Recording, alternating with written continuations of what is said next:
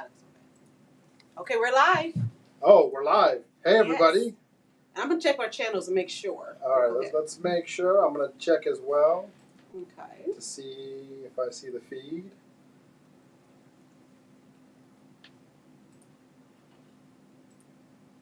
Check as well. Oh, there we are. It is there. It's there. Okay. Yes. Everybody, this is the Fort Worth Black and Brown Coalition meeting that we have every month, the second Thursday at 7 p.m. at the one and only Doc Bookshop. We have Donna, one of the owners of the Doc Bookshop, here with us. And Donna, you're going to kick us off and share some upcoming activities that are happening here at the Doc. Huh? Okay. And we like to call this our community meeting hosted by the Black and Brown Coalition. But yes, we got a busy week, y'all. We have tomorrow, if you're interested, we have our community conversation. Meaningful conversation that they do every Friday at 7 p.m. It's a group. It's a beloved group that does it. But anyway, so it is just, citizens come together having meaningful conversations, and they get deep sometimes into dreams. And, So anyway, I don't remember what the topic is for this Friday, but they'll be here at 7 p.m. And then we have Arthur that'll be here this Saturday. I'm so excited about this Arthur, actually, because he is a legend in urban literature. So if you're not familiar with urban literature, you probably need to come because you'll be quite entertained. His name is Omar Tyree, and he wrote a book called Fly Girl back in the day, and he's reissued. I think it's the 20th anniversary of Fly Girl or something like that. But anyway, he's going to be dealing with his urban literature, and it's a lot. But it's very entertaining, though. So anyway, so he'll be here on Saturday at 6. And next Saturday, we're doing what we call it ADO. And it's African and African diaspora literary experience. And basically, during that event, we focus on literature from the continental Africa, as well as diaspora, dealing with Caribbean. We deal with some London authors. We deal with, different voices. And we have that conversation and, bridging the gaps and all that and seeing what's familiar. So anyway, that we have discussions on different books that deal with that. And we deal with African cuisine. We got some vendors coming that's going to have some food. And then we got some vendors that's coming from Ghana with their garbs that they're selling, jewelry and things like that. So we just kind of. What time is that? Yeah. Mm-hmm. What time is that at? That's from 3 to 6. And we have this lady who's going to talk about Caribbean herbalism. Do I have to that's about? Probably health and healing kind of things. Yeah, we'll see. But anyway, she'll be here at 3. So anyway, just mark your calendars for that. And for more information, please visit our website. Go to our socials and just follow us. It's always something going on. So. Always exciting work happening here at the Doc. And I think that's the big encouragement to everybody in the community. If you're ever looking for something to do, stop by the Doc, because there's always some good stuff happening here. Or you'll find some great books, music, all kinds of good stuff here to shop. The last thing I want to give a shout out to that's on y'all's calendar is September 13th, 2025. Oh, that's our signature. Everyone, please mark your calendars for the Trinity River Book Festival. It's September 13th. We usually kick off at 8 o'clock in the morning, but we're pushing it back to 9 because we just need a little bit more time. But we kick off with our Run to Read. Or is it Read to Run? I never get that right. But whatever. Run to Read. Run to Read. Okay. Run to Read. We do our 5K Run to Read. And then we go into our conversations and we have different sessions. And it's a wonderful day at the park. We're going to have these. Last year we have over 50 authors there with their kids and sharing their stories. And we had different panels. So we're going to do that again at the Trinity on 7th Street in our little pavilion that we just love. Yeah. It's an awesome. This is the 4th year. It's doing the Trinity River Festival. Mm-hmm. I think we have a chance to turn this annual event into one of the major literacy events on the calendar nationwide. And it's awesome what you are doing in these first few years, but highly encourage everyone to not only be there for that event, but help share the event. Oh yeah, And yeah. It's continue to definitely help growing. it grow. We can each year we get more and more support and participation. Yeah. Even last year, Mayor Maddie came out and kicked it off because she was, She's going to be a literacy. topic today. She's going to be a topic today. So I'm glad she did something good for you guys. That's literacy, okay? She's going to be a topic today. So we're definitely going to be talking about the Forest City Council, the future of the Forest City Council, and the fight for DEI. But once again, definitely come to the Trinity River Book Festival. And if anybody's connected with TexRail or Trinity Metro, we'd love for folks to get involved to help with transportation. And so, oh yeah, we got to deal with that. Yeah, so the maybe Forest ISD with parking is Farrington not Field. the best there. And we got some complaints, so we don't want people. So we're going to put this out into the live streams. A shuttle system from Farrington Field to the Trinity River Book Festival would be a great thing. Forest ISD, Trinity Metro allies and colleagues, help us make that happen. And Yeah. I'll be reaching out to y'all soon. Yeah, let's make that happen. All right, so we're going to talk about, we got Nithya online. She says, hello, sorry I couldn't be there in person. Hi, Lydia. But she is on YouTube joining us. We're having a couple of folks join us on Facebook, so thanks so much for joining us. Yes. So we're excited to kind of change the format a little bit to have this as a community conversation, so that I know oftentimes on the live stream, folks are having to hear what is being said, but they can't see what folks are saying. So we'll be able to have them see y'all as we have the conversation in front of the Doc Bookshop fireplace. Huh? Our fireside chat. Yeah, there you go. All right, so future of Forward City Council. Let's first talk about what happened in the last Forward City Council meeting, which the major topic that we had a lot of great community members come out to speak. There's a good compilation video that Chris Tackett made that has some of the folks here who were part of that speaker group. But a lot of community members came out to fight against the removal of the DEI programs. And the city is representing this as something that has to happen because the federal government puts at risk a little over $200 million in federal grants if they don't eliminate this effort and eliminate this program. The community is saying we need to push back against that. We need to fight that overreach by the federal government, but also let's get creative and figure out how to make up that revenue in other ways because it's a $2.8 billion budget that the city has, and we are sure there is some waste and inefficiency that could probably help address some of those funds, as well as coming up with some revenue streams like maybe there's some big commercial property owners or big landowners that could help compensate with some taxes, right? Or some rich billionaires who Yeah. could just write a check. Yeah, rich billionaire write a check, We right? got some of those here. We've got quite a bit here in Fort Worth. So there are solutions that the city does not seem motivated to pursue. They did choose to delay the vote until August. So we'll have to see what happens, and we're going to talk about what needs to be done between now and August to try to continue to fight for DEI, this DEI program. But yeah, I want to open it up to see, and if you don't mind just saying your name before you start talking so folks out there in the live streams know who you are. But yeah, what are y'all's thoughts about being there at City Council that day, and then also just this vote that's coming up in August, and what your thoughts about City Council are right now? Okay, a couple of things. Yeah, this is Ken Shimamoto. The first, of course, is it possible for the city to join with other municipalities in a class action lawsuit against the federal government for reallocating funds that have already been allocated by Congress?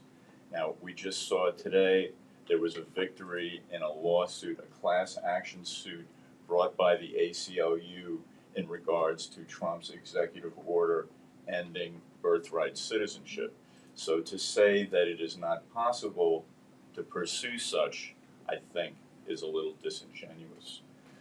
A couple of other things too. One is that city staff is supposed to be, in the interval since the last meeting, coming up to this August 5th meeting, to be in conversations with stakeholders to include the Black and Latino Chambers of Commerce, to include NAACP, about what the community wants to see in whatever plan the city comes up with if they do away with DEI, to ensure that opportunities will still be provided for minority-owned businesses.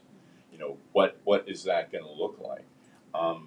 What's his name? You know, Charlie Lauerholtz brought up to, you know, Fort Worth Report the idea that these hub grants exist. I think it's historically underutilized business grants, which I don't know how much money is available from that funding source or what the timeline is to requesting it and getting the money. But, you know, what could that do to offset some of the shortfalls if they do away with DEI? Because it's being presented as a fait accompli. You know, Mayor Parker has said she will vote in favor of ending the initiatives. You know, going into the last meeting, I think some of us had perhaps an unrealistic expectation now that we have a progressive majority, at least nominally, on council, that we were going to hear, you know, a different tune and some different changes. I'm not certain that that is correct, but those are some of the things I have in mind, you know, that I'm going to take with me to August 5th. Yeah, and I think at the minimum, I think there's a lot of communication coming out from folks like the 817 podcast, trying to push that the recognition that there are 6 council members that identify as Democrats at the minimum, and that they have the majority to be able to push for policies that the Democratic Party has a platform around that includes, you know, championing diversity, equity, and inclusion, and things like that. So if they lived up to what they identify as, at the minimum, we should be able to win this type of fight and be able to push for other solutions and things like that. I'll probably have a friendly pushback to say, are they progressive? I don't know about that, but could they work towards supporting and passing more progressive policies? Absolutely, and I think that's what we should be demanding. I mean that makes more sense to me if one is indeed a progressive or a Democrat or whatever. Myself, I just say I'm an American that believes in the Constitution. And the rule of law, because at this point, that's a pretty radical stance, I guess. But you know, we all know there's all kinds of Democrats and all kinds of progressives, and you know, I think the place where we start from should not be how can we compromise. Well, and I'm Mindy Tackett, and I was at the last meeting and spoke, and I think my take is we cannot compromise on this, and as soon as we give in, they will come back for something else. That is what bullies and authoritarians do. I mean, as soon as they see that they can run you down and mow you over on one issue, they'll come back for the next issue. So I personally just don't see how, as a city, we can give in unless we're ceding all of our power and saying we'll just do whatever you tell us to do from here on out. The 11th largest city in the country. Right. So Right. That And means we should have some power. Yeah, and I also want to point out that there was only one person at that meeting out of all the people who spoke. There was only one person that was really in favor of just giving in. You know, there were a couple of people that were kind of like, well, let's see what we can do to, you know, work around the edges, whatever. But there wasn't a group there with an overwhelming message of no, we should follow this executive order. And like Ken pointed out, you know, the lawmakers have allocated this money. So they haven't passed a law saying take that money back. This is just something that Trump decided for all of us. So One of his tried and true fear tactics he likes to utilize. And to put it in a Fort Worth context, understanding there is federal funding in play, but there is also the recent history of the Race and Culture Task Force. That was, 7 years ago? 2018, yep.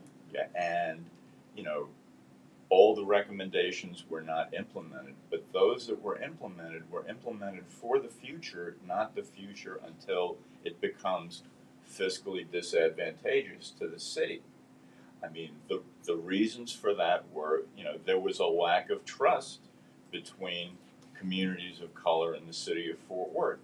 What has been done to rectify that since then? And are we willing to say, okay, the Fed's going to take some money, so we forget about all of that. That's fine. We don't, that's an extremely disrespectful and inconsiderate approach to governance. When you look at, a mayor who, again, a week before the meeting that some of us sat in, where they decided that, they're going to defer this vote until August 5th, and she said she was going to vote in favor of ending DEI. When 2 days before that, she made a proclamation for Pride Month, which I was happy to see, but Pamela Young, who's not here today but was here that day, played back some of Maddie's words, and what she was talking about was how the strength of the city comes from the diversity of the groups of people that make it up. And you look at the greatness of this city, and it comes from all kinds of folks from all kinds of places bringing what they bring and contributing it to the mix of what we all are. It surely ain't all about cowboys and the Wild West. You look at the cultural and social history of this country, and it is much richer and it's much darker. And for folks who are interested, I put in the Facebook live stream chat and YouTube. There's a PDF link to the Race and Culture Task Force final recommendations that were made on November 12, 2018. It's about an 85-page document, but it has all of that information that you're talking about, Ken, Yes. where the community came together. There was a bunch of community listening sessions, and there was these recommendations across multiple areas that include criminal justice, economic development, education, governance, health, housing, transportation. And this was to address the inequities that we're seeing within our city. And not all of them, like you said, were implemented, but this is a good document for folks to look at. Yes, This is what the city came together to try to accomplish. exactly. And this is a part of undoing that and taking us backwards. So, all right, anybody else have any thoughts? Yeah, I do. Eddie Delgado. So I took a note of something. So I wasn't able to make it that day.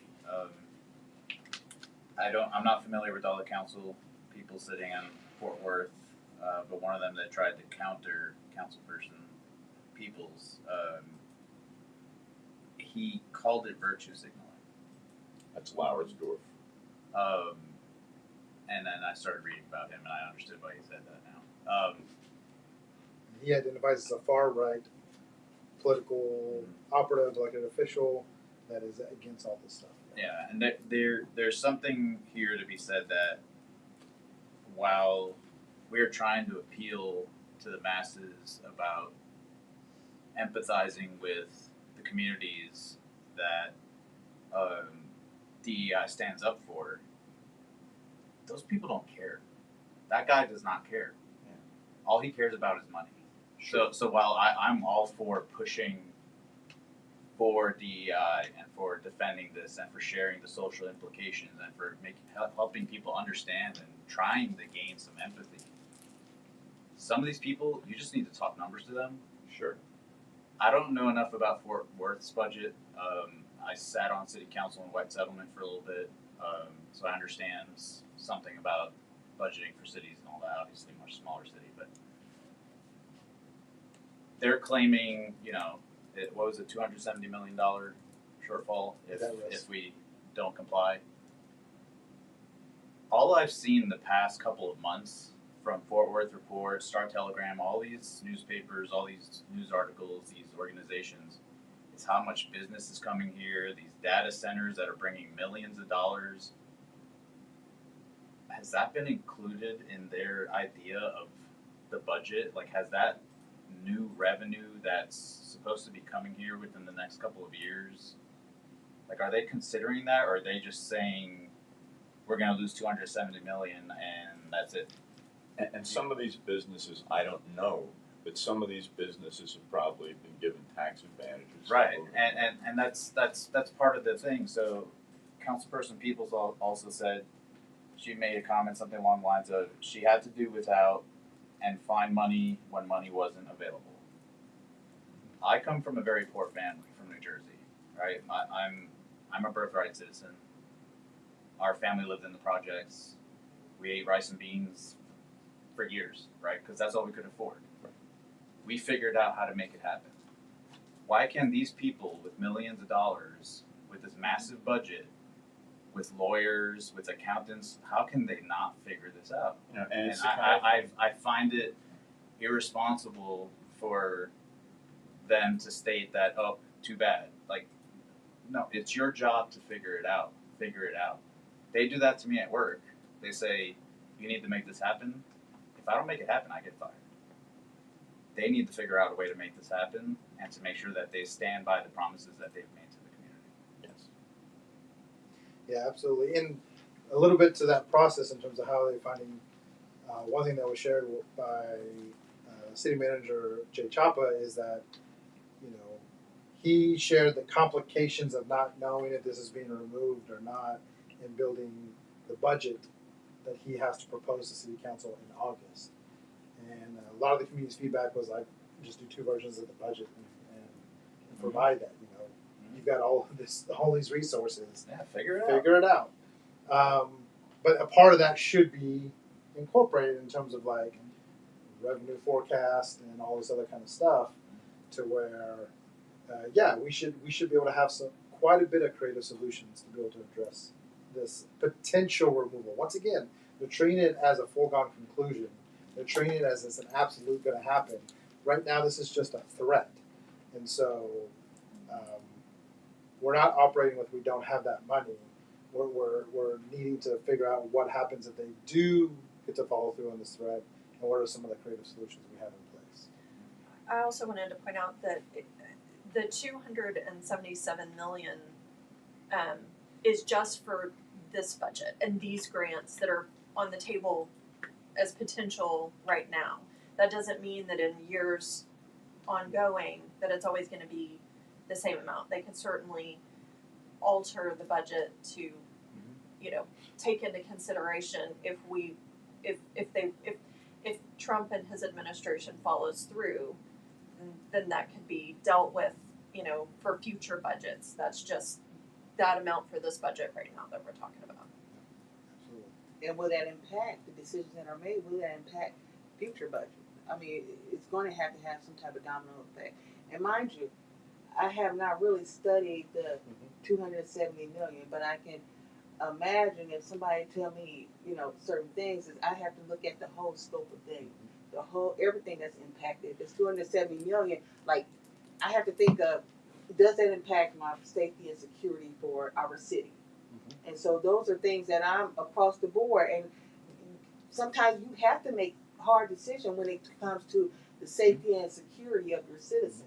And everybody's not privy to that, so I have to look at the whole thing. And so maybe somebody here has already looked at all of that, but me, like, you know, okay, I'm pissed off, but you know that I have to do this, but I still have to deal with what do we need to protect our citizens from whatever imminent threat that they're in. I don't know all of that until I sit down and somebody has to go tell me to make a decision. I don't agree with everything of this administration, but I do believe that safety and security is always at risk right now, and that's, you know, we don't have that police protection and all that kind of stuff. And does that impact that? If they take 270, I don't know where that's earmarked. Like, Yeah, this would be federal grants that, like I said, have already been allocated by Congress that we should be receiving, but it's around particular types of work. But I think one thing you're bringing up that's really good is about, so this administration is very hostile to everything in the country, and with money going to serve people. You know, they want billionaires to become trillionaires. That's their big goal. So as a city of 1 million people, we do have this opportunity to say, how do we want to deal with the money we have? If the federal government is going to continue to threaten us with this and threaten us with that, and there may be some support that we want to utilize, but we can no longer feel like that's reliable. There's 1 million people here in this city, and there's millions of people in the Metroplex here that also contribute to money coming to the city as well. And so what can we do to solve that with our resources so that they can't dangle this threat in front of us and us feel threatened, so that we feel more secure because we are more self-sustaining in terms of what we can do here. And I think that's the big thing is like, let's have that conversation. Let's pursue those solutions so that a tyrant in the White House can't just say, I'm not going to do this anymore and I'm going to threaten you with this and cause instability. And I understand that, but you know, as a homeowner, you know, I want to know where the impact gonna fall. Like, am I going to see an increase? These are somebody, you know, we say, oh, rich is getting richer, you know, and now we're complaining because you know they raised prices at the store, but they had to raise the wage. At the end of the day, we're paying for that. So you know, I'm already fighting taxes right now. Like, is that going to impact my property taxes when we're trying to lower our property taxes? And then I don't know I don't know what the domino, but I'm like, okay, we ain't got, and this is probably the questions I need to start asking to, instead of trusting leadership, like, hey, if we do have these creative solutions, you know, how long does that take to get in effect? You know, I always say, you know, create a certain festival instead of raising my taxes. Y'all need more money, just do a festival or something. Don't increase my property taxes.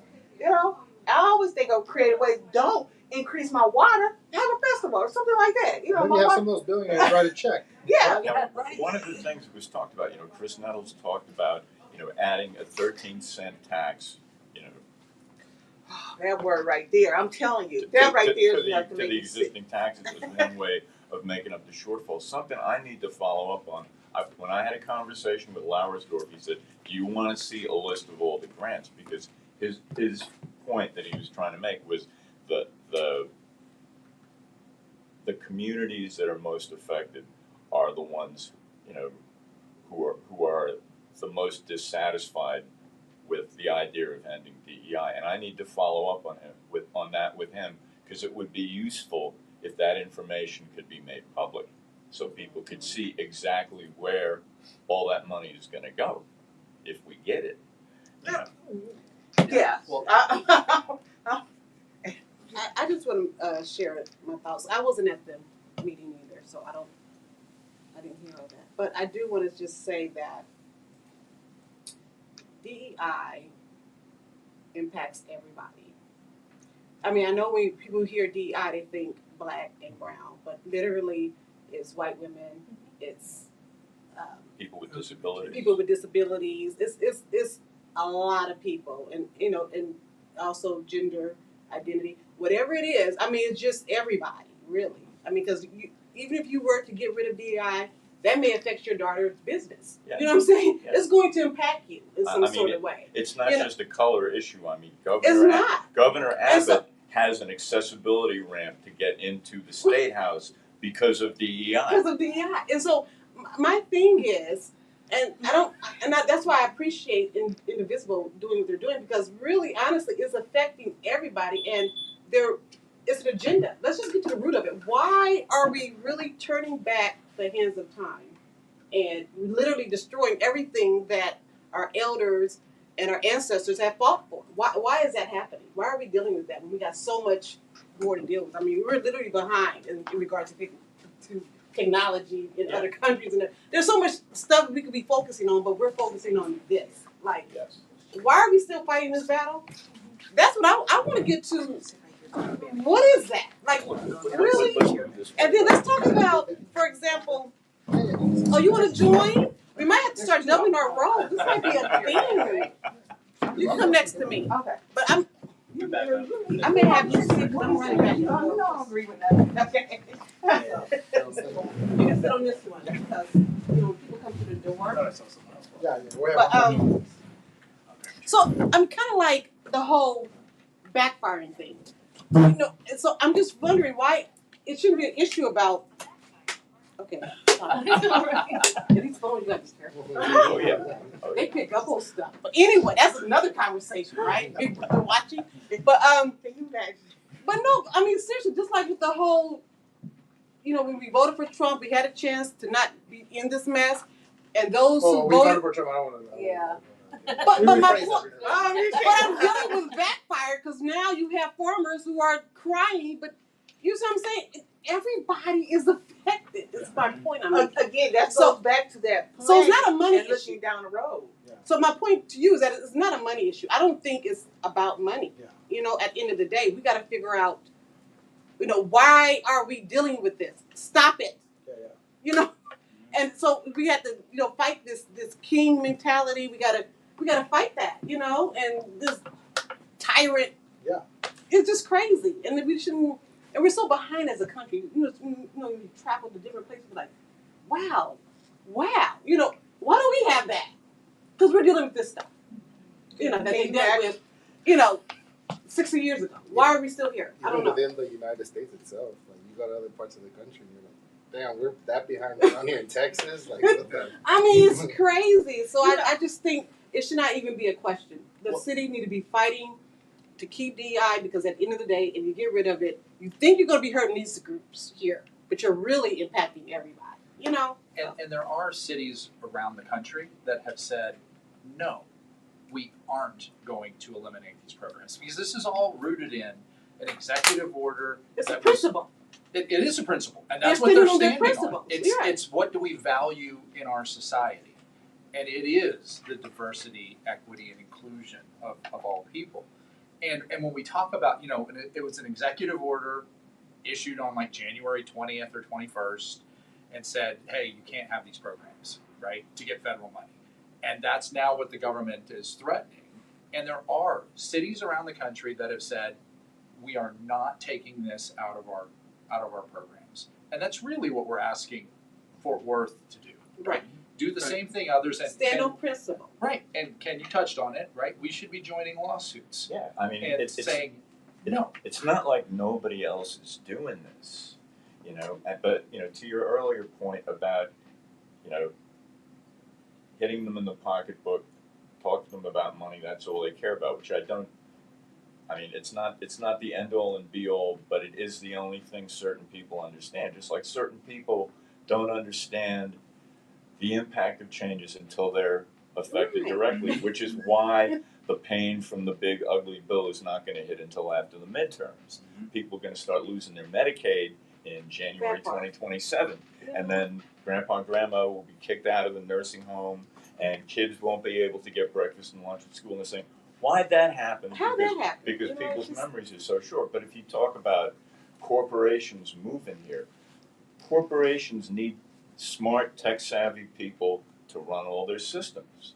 People like that don't want to live generally in a backwards, you know, 1850s mentality kind of place. Again, you know, they're coming here from the West Coast, they're coming here from the Pac Northwest, they're coming here from Chicago, wherever. They have different expectations than somebody who grew up in Fort Worth, Texas.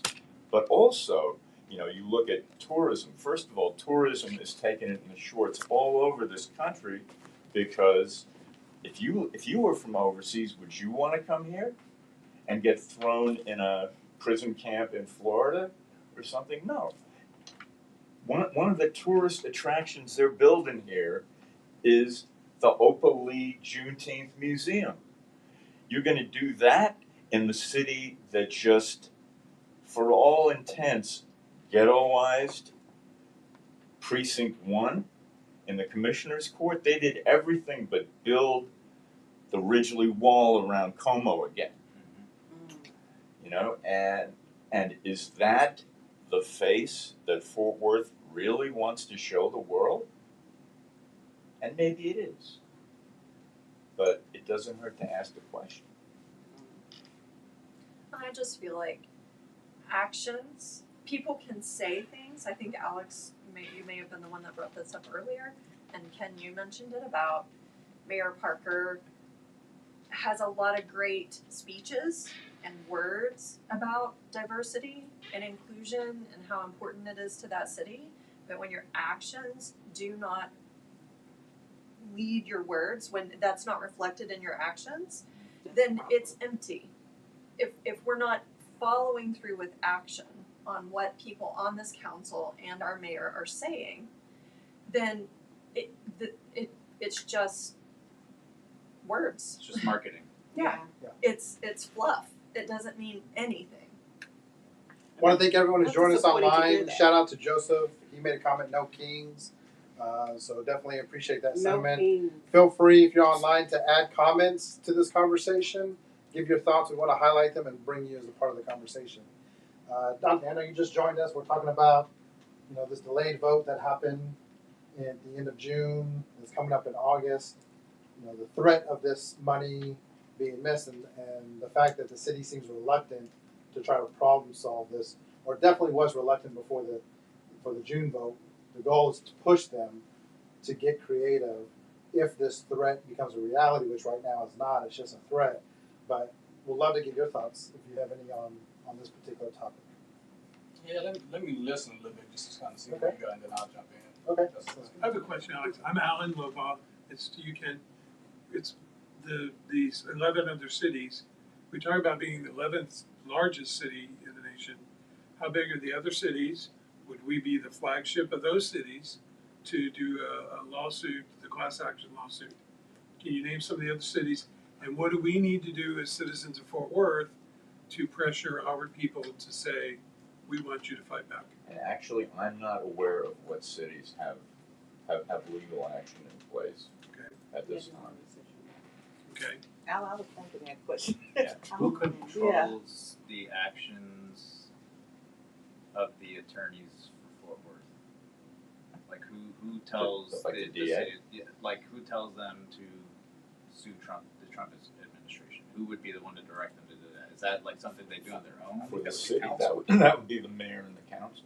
Okay, so the mayor Which and the is what Councilperson Peoples I brought remember up saying that. about we ought to be suing. We have Yeah. a tremendous group of attorneys that work for this city, and we ought to be doing that. We ought to be utilizing them for that.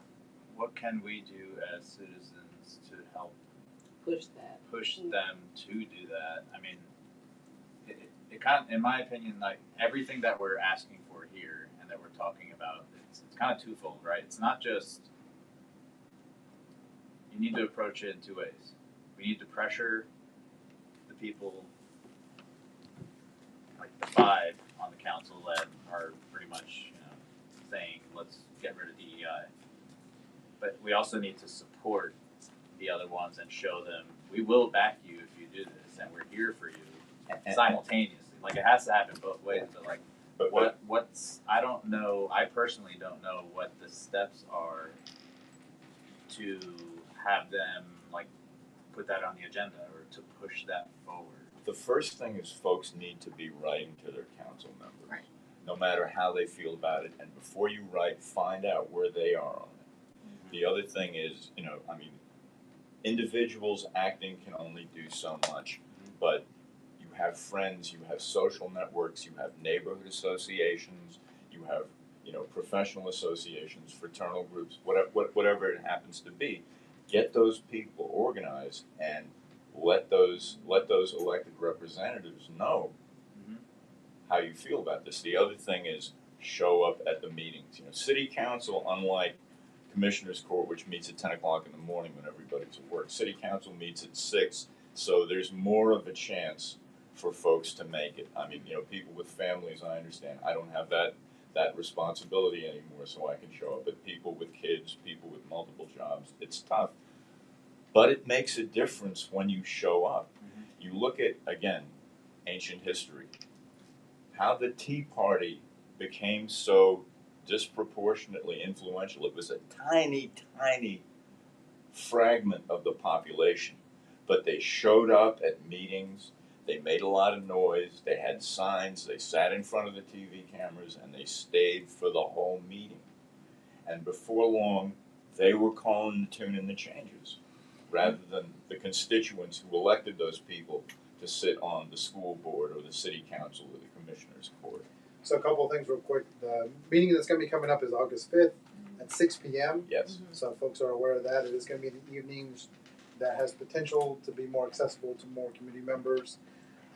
Is that like a final meeting? Is that when they're going to make Like the that's decision? when they're The voting. intention is to make to vote.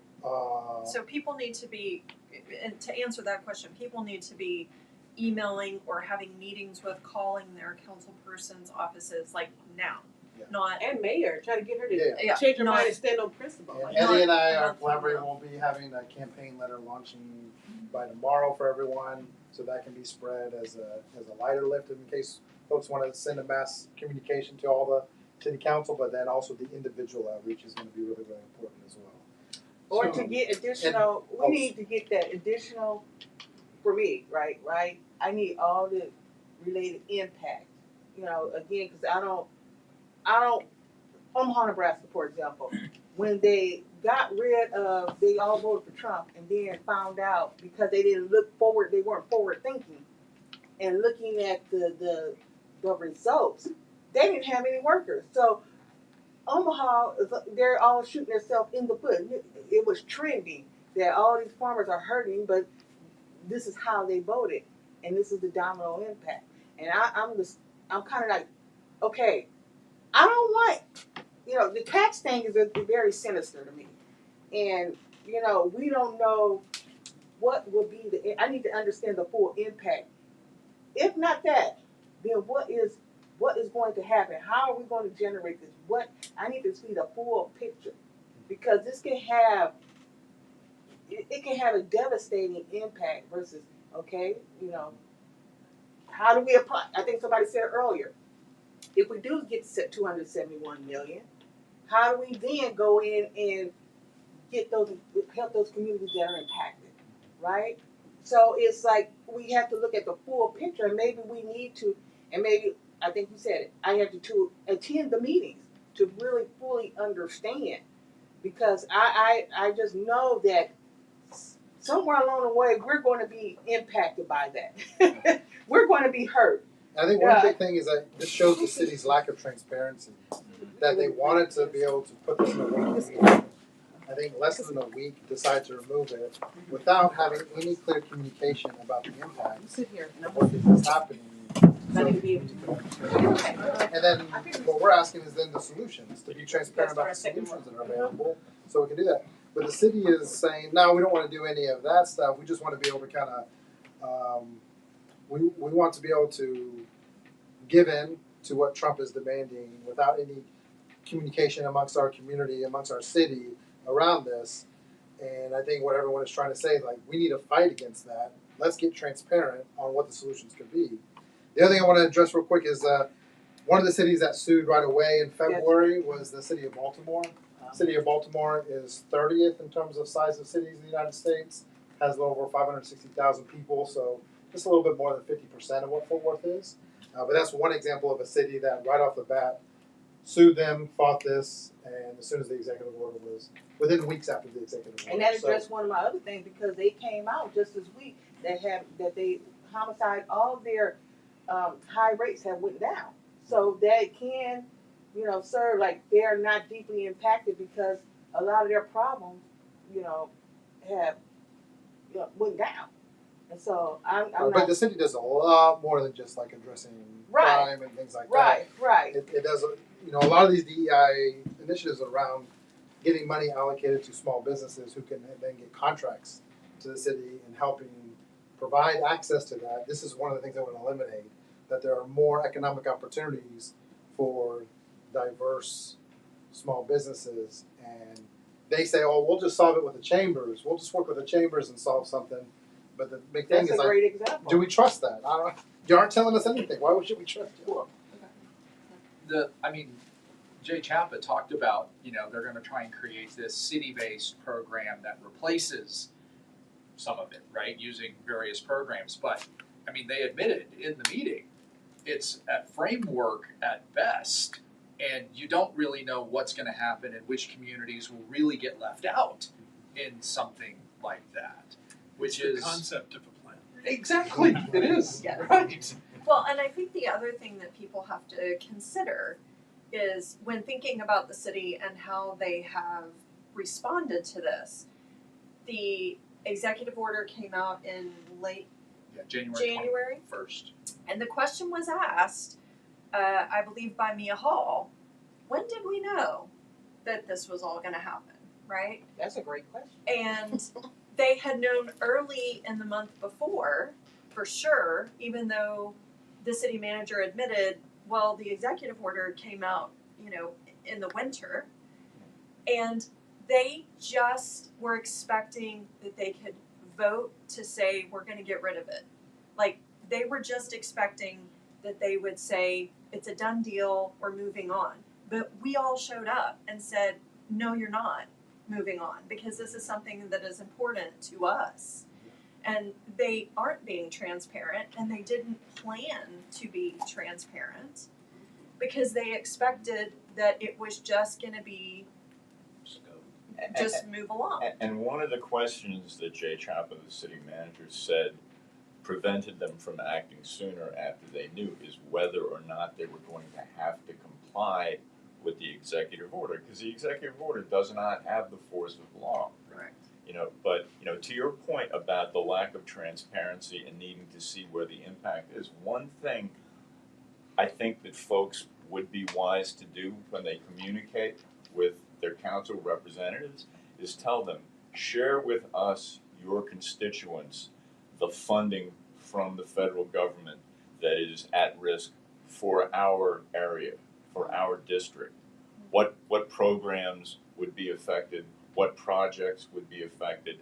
How much money have we got What are these grants for? to lose in this? Yeah, Yeah. exactly. Well, just to touch base on what you're saying real quick is that they didn't start talking within city staff until the beginning of May. Correct. And we see an example in Baltimore, they moved forward with a lawsuit at the beginning of February. Correct. So the city staff definitely just, like you were saying, sat on their laurels. But I also want to highlight really quick, Nithya on YouTube says, target for the administration anyway, even if they vote to disband the department, if they create a replacement, it will still get attacked. And this goes to Right. the narrative, like, we cannot appease authoritarianism Right. or It's like fascism. You give in to them, they're going to want to take the next thing. It's like, at what point does the city say we're going to fight this attempt to disband the things that we as a city have worked for and valued? And then said Baltimore mayors don't. So I just had a thought. And so, as a person that has worked for cities, I'm so sorry. My name is Misty Andrews Clemens. I work with Tarrant for Change. Mostly I live in the mid-cities, and I'm mid-cities organizer there. But my city council is Fort Worth. Weird. But it is. And so, but I focus a lot on the mid-cities area. My thought becomes this, as a person that has worked for specifically the city of Fort Worth for many years in many departments, actually, when I think about it, from environmental to dispatch, the police, library. And so my thought becomes this, is I feel that not only we as people, but perhaps also city employees, but this is no excuse, there is an aspect of fatigue that is going on, where the fight may not be in us. And also too as well, us, the 92% of African American women that kind of have been in rest and renewal mode, that is another aspect that we are facing probably too as well. And I think that some of us are coming out of that as well. But my thing becomes this, and I think it's really important to let them know where we stand, but also to empower the staff with these resources, because in the person that's workforce cities, they do have connection with other cities in other states, and or we can help create this connection. Hey, talk to this city. This is a city that has the same, little bit different dynamics and statistics, but there could be some aspects of it that could be workable and doable for Fort Worth. But I feel the empowerment of providing them with that information to assist them with that may be helpful as well. So what I'm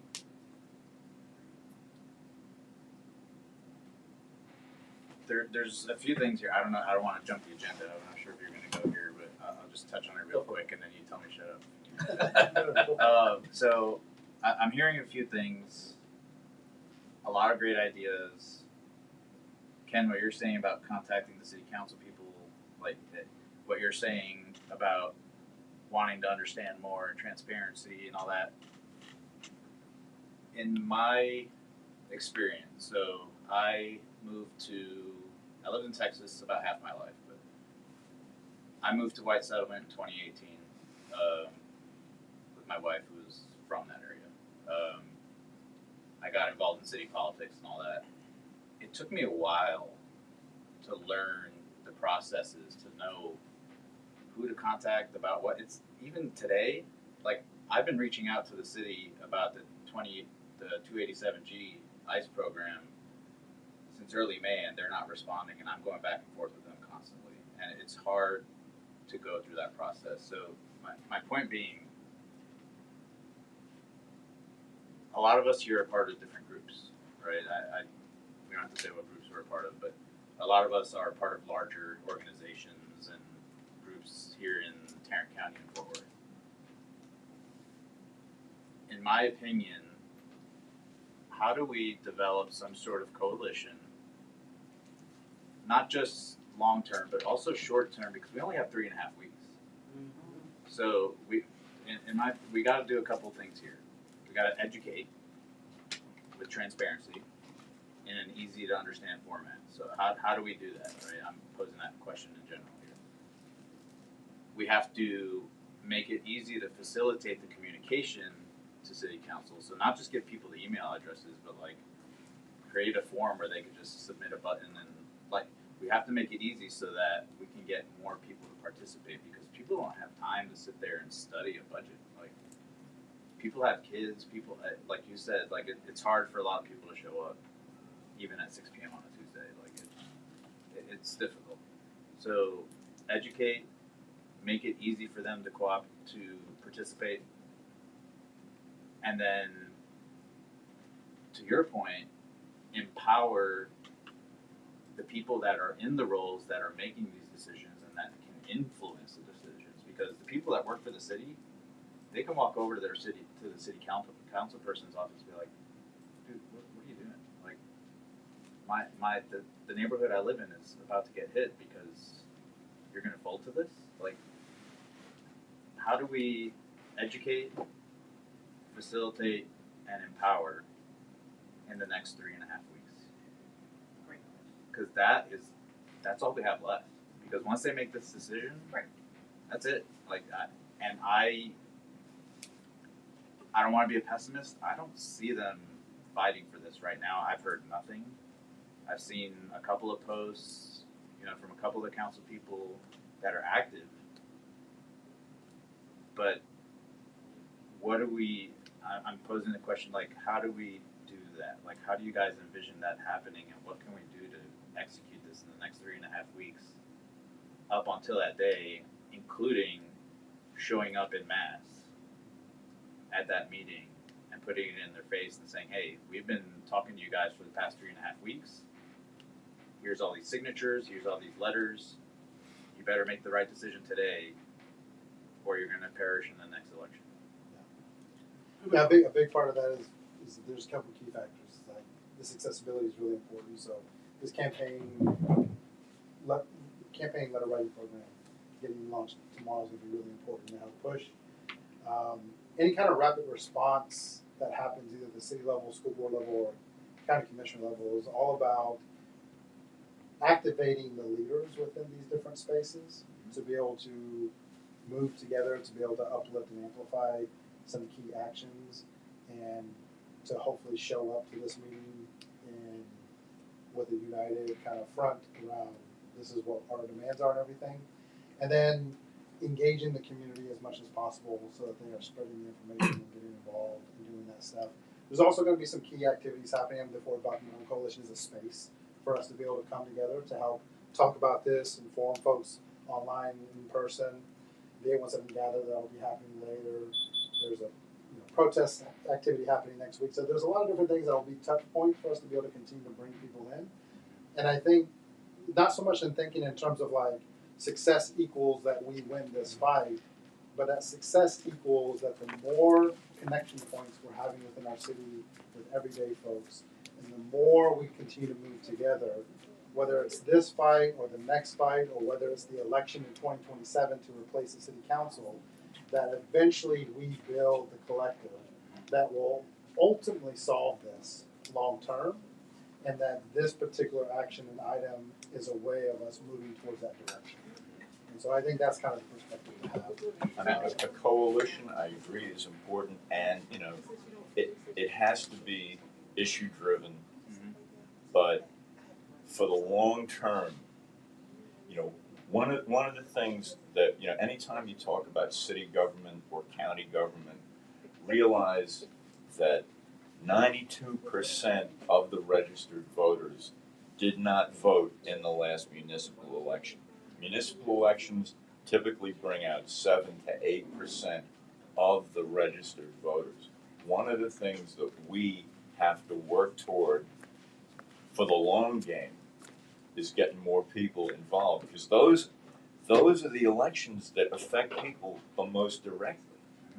You know, I mean, your congressional representatives, yeah, sure, but when people are worried about police response times or code compliance or roads that need to be fixed, that's who you got to go to, and those are the people that we're not taking any interest. People spend more time ordering a sandwich than they do deciding who to vote for in the municipals. And that's what the other people have been successful at. Yeah. Is the Yeah. Trump voters, right? Like they have owned for the past 20 years local elections and gotten people in the spots very quietly, very strategically, and look at what's happened. State houses, you know, the same way. State legislatures all over the country have been taken over the last 20, 30 years. That's the only thing I'll give that side damn credit for is No, I'll give them I'll give them credit for this. Every Republican votes the party line. They say whatever they want to say to the media or when it's advantageous. But at the end of the day, they get together, they have their 2-minute hate, and then they vote the party line. We who care more about doing what is right don't agree about what being right is, and we will spend more time arguing with each other about that than we will organizing for action. That has to change. Okay, I want to open it up to you other folks who haven't had a chance to talk. Well, I heard you a minute ago talking about we need to talk about programs that will go away. I almost think that works advantageously for the Republicans because they're voting to do away with DEI so they can keep some funding. Right. So I think we need to be careful in our letter writing that we want to keep DEI, keep the funding, and if we get pushback from executive orders, then we sue. Those are kind of the three orders. In fact, it sort of sounds like to me we want to encourage the vote. I guess it's a negative vote to stop this trying to do away with DEI. That's our first line. And thinking that it's just Trump bloviating and we'll get the money from the programs. If we don't, then we sue, so we keep the money. But I'm almost hearing Mayor, talk about we have to do this so we can keep the money. And she's going to go back to value money, and so I want to be able to push back about that. And I was just a little bit confused. I just left Nicole's town hall meeting, and if I remember correctly, there is a state law that was passed to do away with DEI. DEI has come forward from several forms because years ago they had from MWBE what was known as set-asides, which means every contract that came through the city, there was a certain percentage set aside for minority contractors. Is it 10 or 15%? It was 15%. And I remember when Reginald Gates was the president for Fort Worth Metropolitan Black Chamber, they had a meeting asking for 25%, which is a quarter of every dollar. And shit, I thought I ought to go to my car and get my gun the way the contractor reacted to that 25%. No, that ain't happening. But I guess my question would be, even if they do away with DEI and the funding is gone, because there is no clear definition of the use of the crime control district money, why couldn't that fund, why shouldn't there be a push to utilize the crime control district money? Fort Worth don't need a damn helicopter. What we need a helicopter and tank for? There it is. You know, so when you stop and look at the crime control district money, they got stuff in there like, what the hell? You know, so before there was the crime control district money, And this is the known as police CCPD you're department talking about, was right? being Yeah. funded through the general operation funds. So they got two sets of money to do what they want to do, and the crime control district just money they use just to play with. Yeah. You know, when you look at the last budget, they ordered helicopters or ride tank, and They I'm got like, their toys. shit, Fort Worth ain't had no damn ride. What the heck? You know, so even if they vote away with the DEI, why can't there be a push to redefine the utilization of the crime control district money, and some of that money be used for what was being funded by DEI? And just to confirm, the CCPD budget for fiscal year 24 to 25 increased to $148.7 million. So that's over half of it right There's there. most of your money. Yeah. It's true. I mean, I was on the city. You weren't here earlier. I was on city council for White Settlement, and CCPD money. I mean, if you look at what White Settlement itself, I know we're talking about Fort Worth, but they did the same thing. All this money went towards. I mean, they've got these GPS devices that they fire from the vehicles onto, like during chases, onto the suspect vehicles. They've got. They're starting up a drone program. Like, there are people that are homeless, that don't have food, that their apartments are falling apart because we have no programs in place to support people that are renters, but we got money for all this stuff.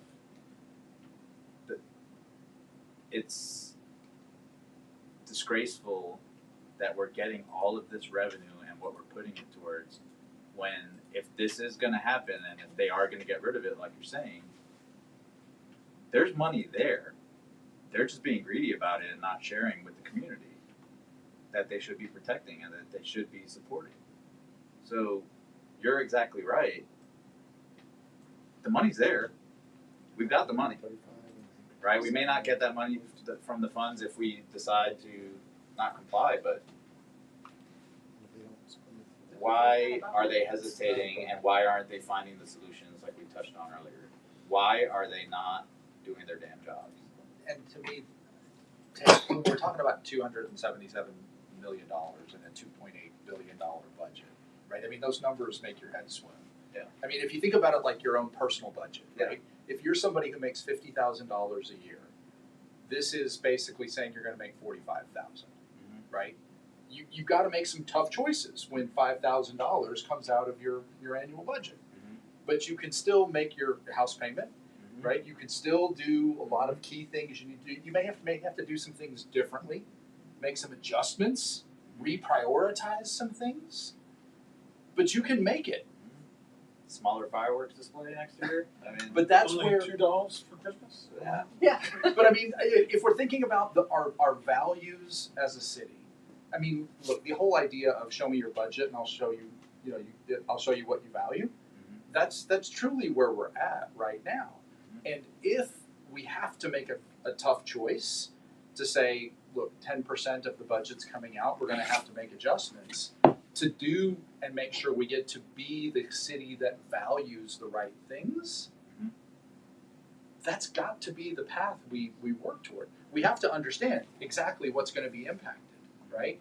I mean, when they talk about these federal grant dollars, it's not just for DEI programs, right? These grants are going lots of other places, and they're being threatened because we have programs that prioritize one group or another, right? So they're basically saying you have to do away with all of those to get any of these dollars going to this multitude of places. I don't think I don't think anybody other than a couple of the council members may really have a sense of where all those dollars are going. I think the public, we need to understand that so that we can help articulate things like CCPD, right? How much of that money should be going into other places in our budgets? Let's understand what the real impacts are. Some of that 277 million in grants may not be things that we say as a city we really have to do today. So if we're shaving 25% out of that, okay, now we have a much smaller pool we're working around. This is all dialogue that we should be having in the open as a city so that we can make the best choices. Yeah, and 3.5 weeks out is late to be asking the question, but I think the question needs to be asked, what do we stand to lose? They should have That's been. where I'm at. They should have been holding workshops Yeah. since February Yeah, with they the community to understand. You know, and Okay, hey, we might lose this. Are you okay with losing, not paving that street for another 2 years? Right, like I think one of the examples of the grants that was like eminent on, and you can help me remember this, Alex and Ken, because y'all were definitely both at that meeting, but I think one of them, either it was money that was being allocated for Alliance or money that was being allocated for Meacham, one of the two. Two out of the airports. 271 million, or which one? Yeah, Out of those federal a grants, few it was like hundred- 30, For expanding it or something like that? I don't remember what it was. $300,000, I think. It was a $300,000 some odd dollar grant, and I believe it was either for Alliance or Meacham, and that was one of the grants that was like, okay, well that's imminent, right? Like that's happening in the next few weeks or the next 6 weeks, something. These other things are way further out in the year. The other grants that are at risk, right? And again, to Alex's point early on, we don't know that we're losing any of it for sure. It's just a threat Yeah, at it's this point. tactic. So we and we're not going to know, I don't think, in the next 3 weeks, a full, robust picture of what are we really going to lose and what's the full landscape. We have to kind of decide, do we stand on values or are we going to be afraid and bullied over the potential loss of some amount of money? I'm not saying it's an insignificant amount of money. I'm just saying it's not. We have smart, capable people, I believe, that have been elected to these positions. And, well, that's what they're supposed to be, right? That is what they're supposed to be. And so if they should be in those seats, in my opinion, they should be able to get together and come up with some creative ideas. It doesn't mean it's going to be a perfect solution, and it doesn't mean it's going to be, like fixing every loss that we might encounter. But they could get a pretty good ways there, I believe. Well, and I'd say the council members may not have a clue, but the city staff They do. can absolutely, who understand the way the city operates, understand what's going on. That's who we should be leaning into. I just don't know if we're going to get all that for public consumption in Sure. the next 3 weeks. But I don't know if the council members know. the question then becomes, who on the council can you rely on to vote against? We don't have 6, I guarantee you that. I agree. We should have at least 5. We should have 5. You should have 5. You got 2 Hispanics and 3 African Americans. You should have 5 votes. But we ain't always sure that all 5 gonna vote collectively. I'm not sure about Flores after what I heard from Yeah. him at the meeting. And I guess that's French pushing what for him to switch. brings in my mind, because we've been doing this song and pony dance for 50 million years, this Black Brown Coalition. But my question has to be, after the commissioner vote, are we talking about a coalition with just the grassroots folks, or do we talk about a coalition with all blacks and brown? Because if that's the case, I need to know what conversation was held with the county commissioner that voted to redo the redistricting line. And is there a plan right now to run somebody against him? I need to know what's the conversation being had with Florence on the city council. And is there a plan to run somebody against him? Or do we still do this old BS that we done in high school? not the most qualified person that's elected, but the most popular person that's elected. Because if we had the most qualified, we wouldn't be sitting here asking these questions. They'd have been holding town hall meetings back in January 1st, and hey, look, this is what's fixing to happen. I need y'all help since I'm supposed to be y'all voice and representative. What y'all think we need to do, or how y'all feel I need to vote? Because I could always ask something to be pulled off the consent agenda, and we can talk about it. Who in here right now can tell us where we are in the process of selecting a new police chief? Because they haven't been transparent with us. And they don't meet again for what, another 2 or 3 weeks? August 5th. And the man's supposed to be on the job September 1? Oh. So this is a great. I love what you just said, because this, for me as a member of the Latino community, this is a conversation I want to see happen in the Latino community more and more and more. And you know, we hear from our Black community members, right? Like not all skin folk are kinfolk, right? That's definitely real in the Latino community. That just because you're brown does not mean you sit on the side of justice and everything. But I do believe that the majority do believe in these values, but we need that majority to start being bolder and standing up, so that accepting anyone who's brown, like Emmanuel Ramirez, does not help us. He has clearly shown he does not care for the Latino community, because he wanted the Latino community removed from his precinct with this racial gerrymandering that happened with the Commissioner's Court. Flores is being recruited by a misogynistic, racist, homophobic, transphobic Republican Party chair leader in Beau French to join the Republican Party so that they can feel secure in having a Republican majority on City Council. He needs to be open and adamant in rejecting that invitation. And we need Hands up. I got hands up at you. We need that train back up. We need even more aggressive approaches from the Latino community to be able to say, like, we should not even be dealing with these fights. We should not even be dealing with these Put a pin issues. there. Yeah. You didn't know I'm old. You know, I'm gonna be 70 next month. Uh-huh. So my understanding of what you're saying is that the Latin community haven't pulled those two individuals aside and had a conversation with them yet. Then We need to. There's different conversations that are happening, but there's definitely a collective that needs to be much more bold in having that conversation. so y'all ain't talking about putting neither one of them in the truck and taking them out for a joyride. Okay, I'm definitely talking about we all getting need sensitive to for lie. these folks out And of Toby, office. we're gonna go back to our topic with dealing with DEI. Can hands up exactly? Hands up. You ready? Uh-huh. Me dealing with homeowners tax, and I'm just gonna pin it right there just for a second, and understanding the increase on my property. And we can unpack this, because it was a wonderful article by Star Telegram. Did everybody read that article? Anybody? It says the city faces 270 million loss, and and this is something I probably need to go home and study and understand it, in federal grants affecting 120 city employees, and neighborhood services that affect over 18,000 families and 39,000 individuals annually if it does adhere to those rules, right? It also risks lawsuits, and multiplied damages of its actions are found to be intentional, according to Bergedorf. To replace federal funding, the city tax rate, and again, we can't just think about ourselves. I think you made that comment.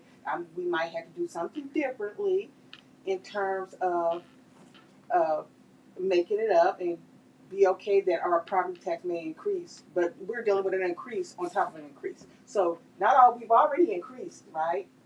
So now we're going to do another increase, because we're going to fight this, right? If you fight the same example, we're not going to deal with this. We're going to fight this. It says to replace federal funding, the city tax rate would increase 13 cents. And you brought that up, or about 20%, resulting in a $320 tax increase on the average homeowner's tax bill. And this is me not even looking at all this stuff, but thinking they're going to get it from somewhere. Yeah, they're going to take it from somewhere. And are we ready to incur that? And then on top of that, we don't even know. That's why I said full transparency. You don't even know the other mandates. Once you do that, say you do fight it. Okay, we're gonna target this. Then you have all these other federal things that we fought against for years, like fair housing, fair lending, and all those stuff. All that starts showing its ugly head for some reason because you didn't comply. Because guess where the government is? Guess who's in control of that government? All these things that we fought for to put in place now are impacted. But they're gonna come after that anyway. Well, I'm just saying we have to understand that Yeah. this is the inherent risk, and you can't be surprised when we fight it, do the lawsuit. Okay, now everybody brace themselves. Yeah, When you you definitely fight, hear. you gotta brace yourself. Okay, I definitely hear what I'm you're saying. already bracing myself now because we've already had a tax. Yeah, but you But I gotta don't think about we your should use future it as a generation. cause, because they are going to come after everything no matter what. Right. And they're just using this as the next tactic. Yeah. And also, it's a false trade to say, because I'm taking this money away, the only solution is for you to increase property home taxes. That's a false trade. There's other revenue options they can do. There's other reduction of expenses that they can do. There's so many other creative options they can take. Like, if going back to if my income for my home gets reduced by 10%, I'm not faced with one option saying you got to lose your car now. I can say okay, well I'm going to change maybe the groceries I'm buying.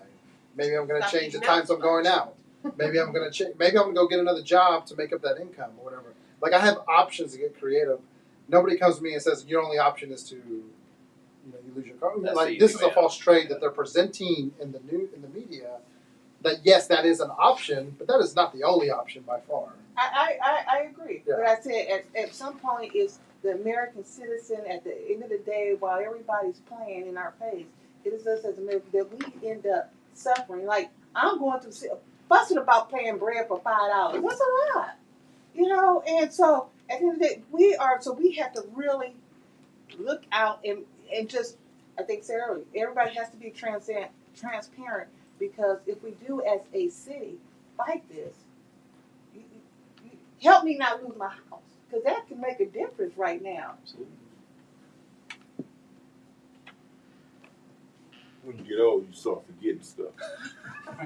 If I'm not mistaken, the city budget takes effect October 1. Okay.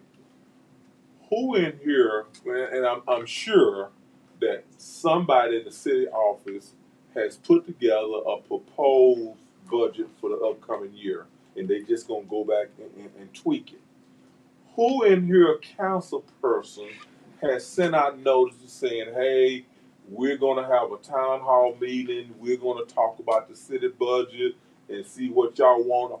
So we got basically less than 4 weeks for them to say, okay, this is what the budget is. It got to go to council for them to approve it. Then it's going to come to effect.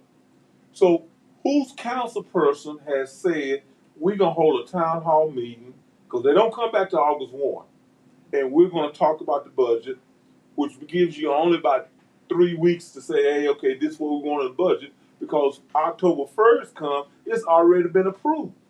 I think they have to present the draft budget on August 15th, I think August is what. August 5th. They have to present their budget. Jay Chopper has to present the proposed budget. But that budget is already in black and white somewhere. Oh, yeah. Now, just because they're not meeting, what keeps your council representative from saying, hey, we're going to meet Saturday and we're going to talk about the budget. This is what they're proposing. This is what I like, what y'all want. None of that. But they assume Well, my that city people council don't person care, will. and the proof of that is, look who votes in municipal elections. I'm in Macy Hills district, and I've been to 2 city council meetings, and I don't know what her voice sounds like. Yeah. She didn't do anything but sip water Well, y'all during yeah. the whole meeting. But we I got do have medals. allies on the city I got council that medals. you can ask those questions. I think one of the great changes in the city council that everyone is hoping can bring a lot of change is the addition of Deborah Peoples, right?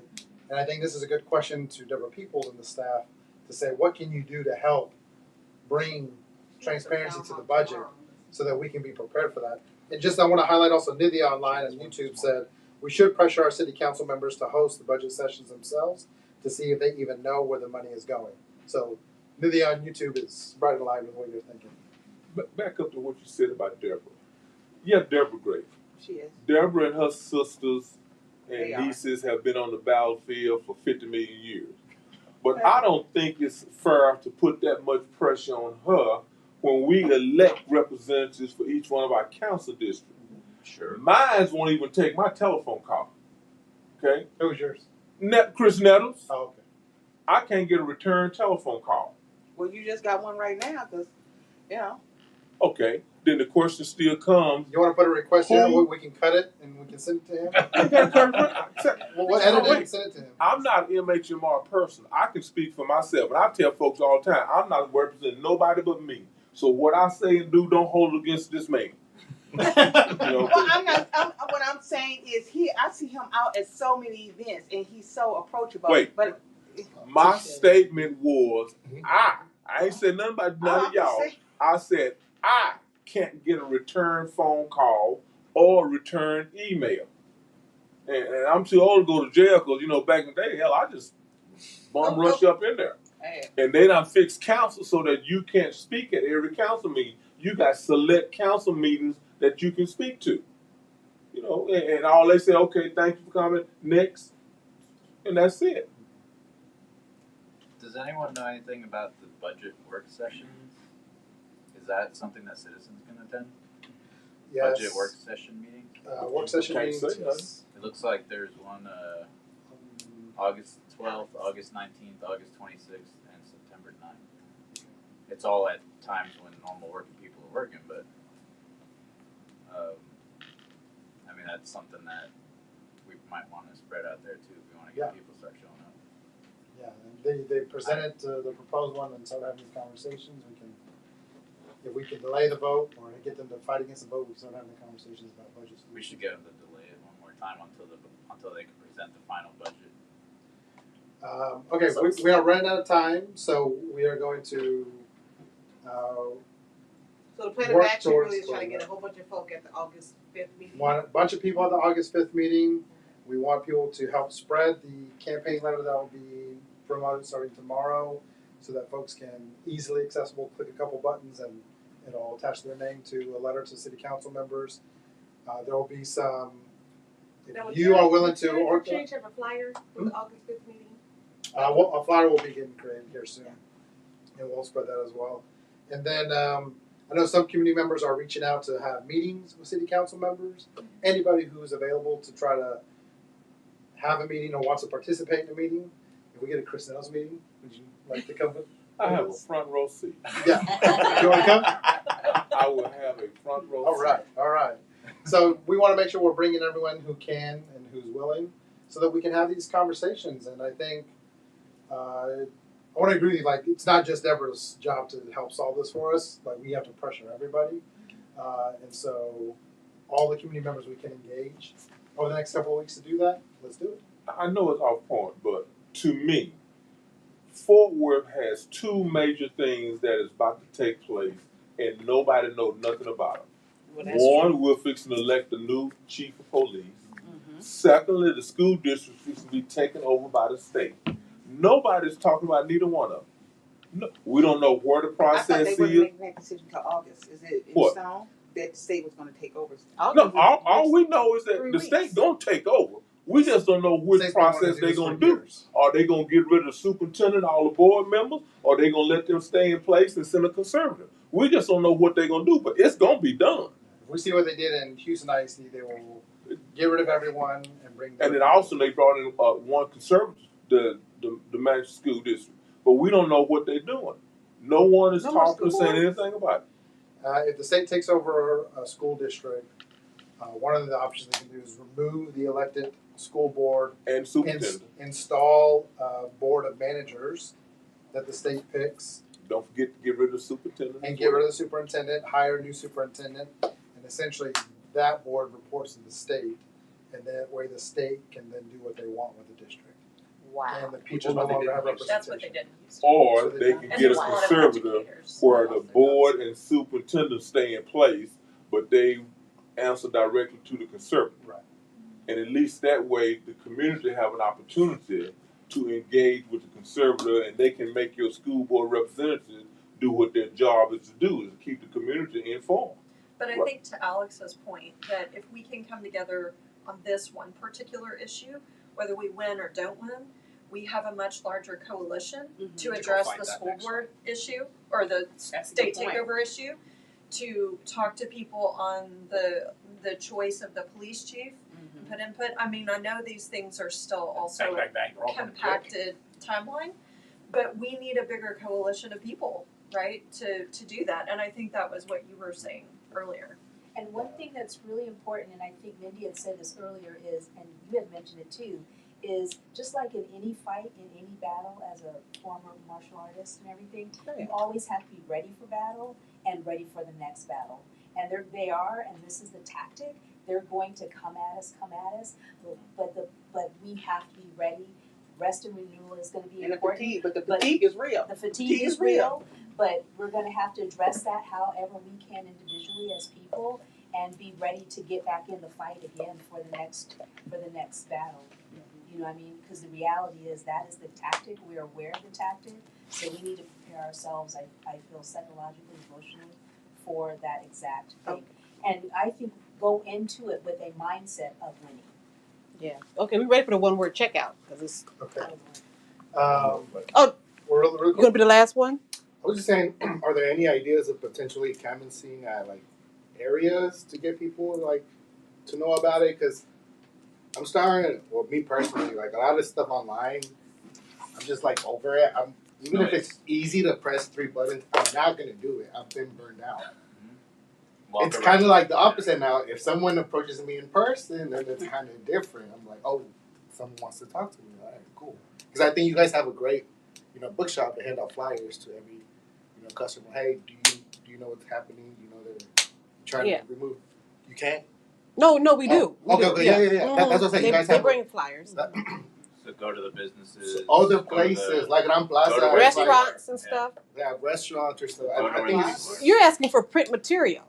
oh yeah, for sure. But we always have print material. That's- Also, this is a bigger conversation about our organizing capacity. Right. That go back into I mean, budget. How do we actually like? And this all comes back to like, we have to help our community understand how important it is to invest in grassroots organizing. Right. Because grassroots organizing they're the ones who do a lot of this work to help mobilize, to help distribute information, to help educate, to do all this kind of stuff. But we are kind of stuck in a space where we don't think we need to pay for that work. And that work is very intense and very labor intensive, as well as being subject matter experts on all this stuff. We have to continue to encourage our colleagues who have resources, our community members who have resources, to help allocate money to invest in this so that we can have an organizing capacity or infrastructure that can adequately start to fight these fights. And I think that's a big part of the work that I know I try to do and others try to do. And I think it's moving forward in that direction because all those tactics you're talking about, absolutely, like, we don't want to just be online, we want to be in person. But we need that workforce to be able to do And that. something And people else- can volunteer to do it, and it's great they volunteer to do that. The volunteers, it's like a wave in the ocean. It'll crest when it comes to shore, and that'll end after a while. So we have to keep it more sustainable than just these waves of emotion that happen. But something else Ken. that is true too, to your point, it's like anytime somebody approaches you and asks a question, you don't have to be a subject matter expert. If you know one thing that they don't know, you can educate them, you can share that. If you pass out the information, then you've got other people that are knowledgeable that can pass it on too. The thing about organizations, and yes, there is power in numbers, but organizations tend to want to be the hub of the wheel.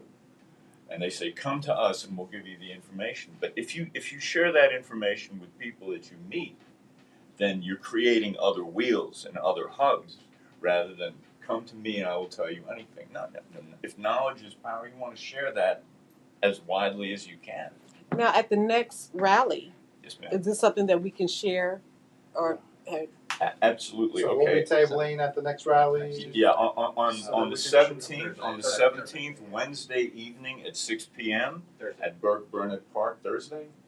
Okay, the 17th. Yeah, Thursday. My bad. It will be at Burke Burnett Park. It's a rally, not a march. And there will be organizations tabling there. Covering everything from soup to nuts. Community organizations that you can connect with and get involved with. There will be speakers, but mainly it's just an opportunity for people to get together and be reminded that they are not alone in this. Right. And so maybe, I don't know, we could do it, I don't know when you're gonna do it, but maybe talk about that, you know, Yeah. the August 5th meeting at that rally, have a spokesperson. Absolutely, absolutely. Where Okay, can we get the so- breakdown of information? Because I really want to, you know, I have passed Trump, Di- like, well, Diane, hold a you second. had to talk offline with Wait, Alex. no, hold a second. She talks too much. Again, I have to deal with that Walmart across the street closed, right? You know, everybody said Walmart, you know, do this and do that, you can produce your own food. Yards closed. That's almost 200 people that don't have jobs, 150. I have, you know, so where are all these kids getting jobs? Where are they working? And so Danya can't hire 200 people. So that's why I've always wanted to see transparency, because I know somewhere along the way we all are impacted. So and I need to be a little bit more, you know, looking at these things. But I'm looking at the peripheral, like, okay, we do this, that, you know, we have to be ahead of the game, because the decisions that we make, we are going to be impacted. We're going to be impacted. I was impacted when kids lost their jobs. Okay, so you ready to do your one word checkout for everybody so we can end it? Sure. Okay. We'll do a one-word checkout. Go around the room here. Impact. Impact. All right. Organize. Present. Coalition. Abolitionist. Speak. Pushback. That's two. With a dash. We'll allow it. Well, I'm gonna do a little bit longer. Oh, it has to be one word. Put your dashes in. Okay, no bullies. Okay. Now you sound like that. Solidarity. Resistance. Persistence. Persistence. Okay. All right. Thanks everyone for joining us online. Thanks for the comments. Thanks everyone for being here in person. Really appreciate the conversation we had. This is the work we got to continue, and hopefully we'll continue to foster space for each other so that we can continue to fight the fights that are in front of us. Thanks everyone.